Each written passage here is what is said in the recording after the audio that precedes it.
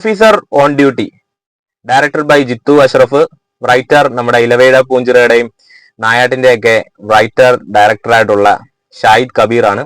അതുപോലെ തന്നെ background score cinematography ചെയ്തിട്ടുള്ളത് റോബി വർഗീസ് രാജാണ്. അറിയാത്തവരായിട്ട് ആരും ഉണ്ടായിരിക്കില്ല, നമ്മുടെ കണ്ണൂർ സ്കോഡിന്റെ ഡയറക്ടറാണ്. എഡിറ്റർ ബൈ ചമ്മൻ ചാക്കോ ആണ് ചെയ്തിട്ടുള്ളത്. മ്യൂസിക് ജേക്കബ് ബിജോയ് ആണ് ചെയ്തിട്ടുള്ളത്. അതുപോലെ തന്നെ ഈ ഒരു ചിത്രത്തിന്റെ പ്രൊഡക്ഷൻ നിർമ്മിച്ചിട്ടുള്ളത് നമ്മുടെ മാർട്ടിൻ പ്രക്കാട്ടാണ്. അങ്ങനെ ഒരുപാട് പ്രത്യേകതകളോടെയാണ് ഈ ഒരു സിനിമ കാണാൻ ഞാനിന്ന് തിയേറ്ററിൽ കയറിയിട്ടുണ്ടായിരുന്നത്.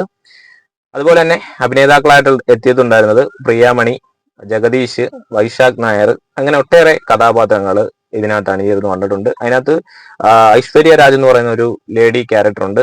പെൺ സുഹൃത്തുക്കളൊക്കെ തന്നെയാണ്, കുറച്ചേറെ ഉണ്ട് എങ്കിലും അവരുടെ എല്ലാവരുടെയും പേരൊന്നും എനിക്കറിയില്ല. അതുപോലെ റംസാൻ ഒരു ക്യാരക്ടർ ചെയ്തിട്ടുണ്ട് കേട്ടോ, റംസാൻ, നമ്മുടെ ഡാൻസർ ആയിട്ടുള്ള റംസാൻ. സോ ഇനി നമ്മുടെ കാര്യത്തിലേക്ക് വരാം. സിനിമയെ കുറിച്ച് പറയുമ്പോൾ തീർച്ചയായിട്ടും ഈ ഒരു സിനിമയുടെ എന്റെ പ്രതീക്ഷ എന്താന്നുള്ളതെന്ന് പറഞ്ഞു കഴിഞ്ഞാൽ മാർട്ടിൻ പ്രക്കാട്ട് പ്രൊഡക്ഷനിൽ വരുന്ന സിനിമയായതുകൊണ്ടാണ്. മുന്നത്തെ മാർട്ടിൻ പ്രക്കാട്ട് പ്രൊഡക്ഷനിലെത്തിയുള്ള സിനിമകൾ ഇരട്ടയായാലും നായാട്ടൊക്കെ തന്നെ എല്ലാം തന്നെ നല്ലൊരു ഹൈപ്പിൽ വന്നിട്ടുള്ള ഒരു സിനിമയാണ്. അതിന്റെ ഒരു പ്രത്യേകത എന്തെന്ന് പറഞ്ഞു കഴിഞ്ഞാൽ ആ ഒരു പ്രൊഡക്ഷൻ മതി നമുക്ക് ആ സിനിമ ഗംഭീരമാണ് അറിയാനുള്ള ഒന്ന് പറയാം.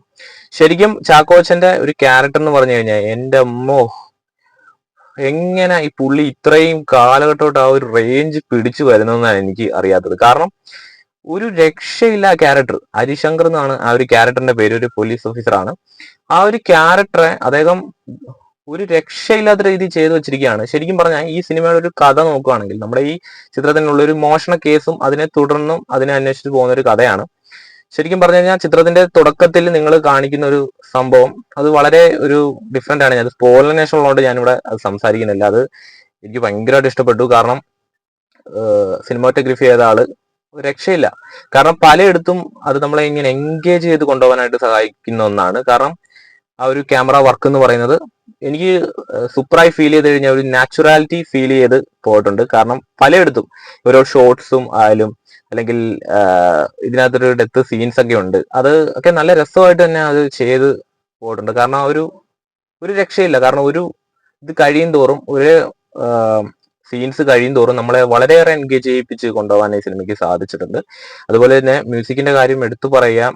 ഒരു പാട്ടുണ്ട്, അതുപോലെ തന്നെ കുറച്ചേറെ നമ്മുടെ ഈ ത്രില്ലർ സിനിമയ്ക്ക് വേണ്ട ഒരു സംഗതി ഉണ്ടല്ലോ, BGM, അതിങ്ങനെ എടുത്ത് ചെന്നം ഭിന്നം ജേക്കബ് ബിജോയ് കൊടുത്തിട്ടില്ല. എങ്കിലും പലയിടങ്ങളിലും എടുത്ത് കൊടുത്തിട്ടില്ലെന്ന് പറഞ്ഞാൽ അത് അലമ്പാക്കിയിട്ടില്ല. പലയിടത്തും ആ ഒരു BGM ആവശ്യമുള്ളിടത്ത് ഇങ്ങനെ സ്വല്പം ചേർത്ത് കൊടുത്തിട്ടുണ്ട്. അതിനനുസരിച്ച് ആ ഒരു ക്യാരക്ടർ മാറുന്നതനുസരിച്ച് നമുക്കത് അനുഭവിക്കാൻ സാധിക്കാവുന്ന ഒന്നാണ്. പ്രിയാമണിയെ സംബന്ധിച്ചിടത്തോളം വലിയൊരു പുതുമയായിട്ടുള്ള ഒരു ക്യാരക്ടർ അല്ല എങ്കിലും നല്ല രസകരമായിട്ട് ആ ഒരു അമ്മ റോള് ചെയ്തു വെച്ചിട്ടുണ്ട്. എനിക്കത് ഇപ്പോഴും ആ ഒരു പഴയ ഒരു പ്രിയാമണിയെ ഫീൽ ചെയ്യാൻ പറ്റുന്നില്ല. കാരണം ഈ സിനിമയിലേക്ക് വരുമ്പോൾ ആ ഒരു പ്രിയാമണിക്ക് വളരെയേറെ മാറ്റമുണ്ട്. കാരണം ഒരു അമ്മ റോളാണ് ചെയ്തിട്ടുള്ളത്. പുതുമയെന്ന് പറഞ്ഞാൽ വലിയ പുതുമയില്ലെങ്കിലും അത്യാവശ്യം വേണ്ടത്ര പുതുമ കൊടുത്ത് അഭിനയിച്ചു പോയിട്ടുണ്ട്. എങ്കിലും നല്ലൊരു ഗംഭീര റോളായിരുന്നു പ്രിയാമണിക്ക് കിട്ടിയിട്ടുണ്ടായിരുന്നത്. പിന്നെ ഞാൻ പറഞ്ഞല്ലോ, ഇതിനകത്ത് കുറച്ചേറെ പെൺ സുഹൃത്തുക്കൾ വന്നിട്ടുണ്ട്. അവര് എങ്ങനെയുണ്ടെന്ന് ചോദിച്ചു കഴിഞ്ഞാൽ മരണമാസ് പെർഫോമൻസ് ആണ്. ഒരു രക്ഷയില്ല, പിടിച്ചാൽ കിട്ടത്തില്ല. ഇപ്പൊ തന്നെ പറയാണ്. കാരണം അജാദി എന്ന് പറഞ്ഞു കഴിഞ്ഞാൽ തെറിച്ച് നിൽക്കുവാണ് എല്ലാരും. അതുപോലെ തന്നെ വൈശാഖ് നായരെ സംബന്ധിച്ചിടത്തോളം ഒരു സൈക്കോ ക്യാരക്ടർ എന്ന് തന്നെ പറയാൻ സാധിക്കും. ആ ഒരു ക്യാരക്ടർ നിങ്ങൾ തിയേറ്ററിൽ എക്സ്പീരിയൻസ് ചെയ്യുമ്പോൾ നിങ്ങൾക്കത് ബോറടിക്കാതിരിക്കാൻ ഞാനിത് വലുതായിട്ട് ആ ക്യാരക്ടറെ കുറിച്ചൊന്നും പറയുന്നില്ല. കാരണം അത് നിങ്ങൾക്ക് സ്പോയിലർ ഉണ്ടാക്കും. സോ അപ്പം ഈ ഒരു സിനിമ മൊത്തത്തിൽ നിങ്ങൾ നോക്കിക്കഴിഞ്ഞാൽ ഒരു പോലീസ് സ്റ്റോറിക്ക് അപ്പുറം ഈ സിനിമ വളരെയേറെ ഒരു ഇമോഷണൽ കണക്റ്റിലൂടെ നമ്മളെ ഫീൽ ചെയ്യിപ്പിച്ച് കൊണ്ടുപോകുന്നുണ്ട്. ഇമോഷണൽ എന്ന് പറഞ്ഞു കഴിഞ്ഞാൽ ഒരു പഞ്ചമില്ല. നമ്മൾ ഏതൊരു മനുഷ്യനും തിയേറ്ററിൽ പോയിട്ട് ഒന്ന് കരയാം സിനിമ കണ്ട്. അത് ഈ സസ്പെൻസും ത്രില്ലിങ്ങിന് അപ്പുറം ഒന്ന് കരഞ്ഞ് വരാം. കാരണം ഫാമിലി ഇമോഷൻസ് നല്ല രീതിയിൽ കണക്റ്റഡ് ആവുന്നുണ്ട് പലയിടത്തും. അത് നമ്മളിങ്ങനെ കണ്ടുകൊണ്ടിരിക്കുമ്പോഴേ നമ്മൾ അതിനകത്ത് ഇന്നായി പോവും. അത് ഒരു ബെറ്റർ ഫീലിംഗ് ആണ് പലയിടത്തും. പിന്നെ നിങ്ങൾ ഈ സിനിമ എല്ലാവരും തിയേറ്ററിൽ പോയി കാണണം കേട്ടോ. കാരണം ഒട്ടുമിക്ക പ്രേക്ഷകരും ഇത് തിയേറ്ററിൽ പോയി തന്നെ കണ്ടിരിക്കണം. കാരണം ഇതിനകത്ത് ഒരു നല്ലൊരു മെസ്സേജസ് കൂടെ അവർ പാസ് ചെയ്ത് പോകുന്നുണ്ട്. അതിനപ്പുറം ഇപ്പോഴത്തെ ഈ കാലഘട്ടത്തിൽ നടക്കുന്ന സംഭവങ്ങളെ തന്നെയാണ് സിനിമ പറയുന്നത്.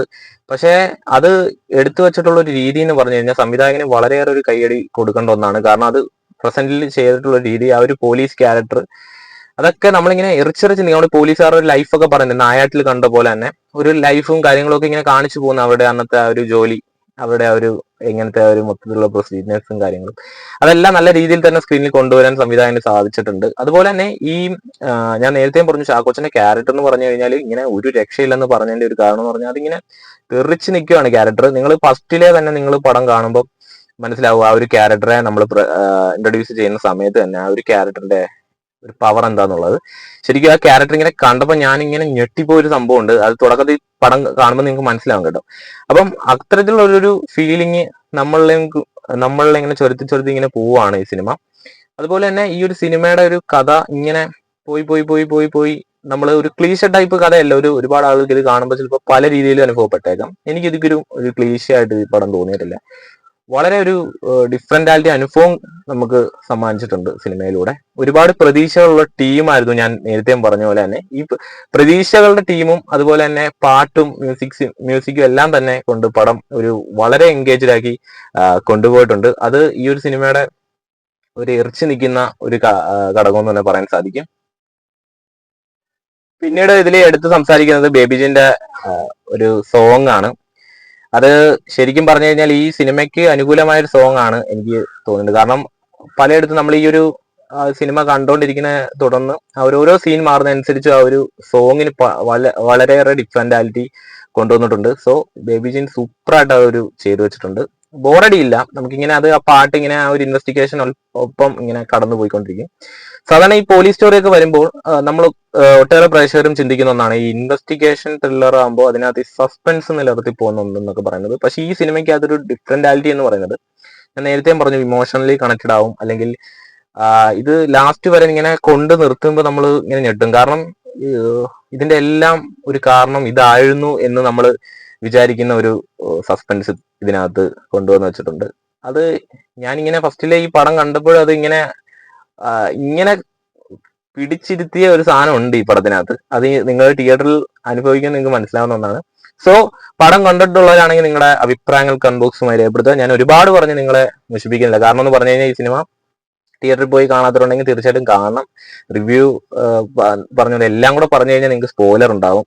കാരണം ഇത് ഇങ്ങനെ ഇരുന്ന് നിങ്ങളൊന്ന് കാണേണ്ട പടം, നിങ്ങളെ ഇങ്ങനെ മൈൻഡിലൂടെ ഇങ്ങനെ കണ്ടു പോകേണ്ട സാധനമാണ്.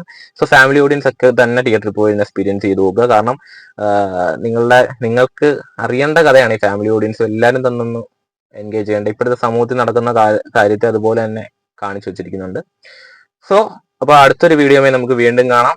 ഒരു ഗംഭീര പടമാണ് കേട്ടോ. ഗംഭീരം എന്ന് പറഞ്ഞാൽ എനിക്ക് ഈ ഒരു പടം ഭയങ്കരമായിട്ട് ഇഷ്ടപ്പെട്ടു. അതുപോലെ തന്നെ ഞാൻ കൊടുക്കുന്ന റേറ്റിംഗ് എന്ന് പറയുന്നത് 10-ഒരു 6.5 ആണ്, 6.5 ആണ്. ഓക്കെ, അപ്പം അടുത്ത വീഡിയോയുമായി കാണാം.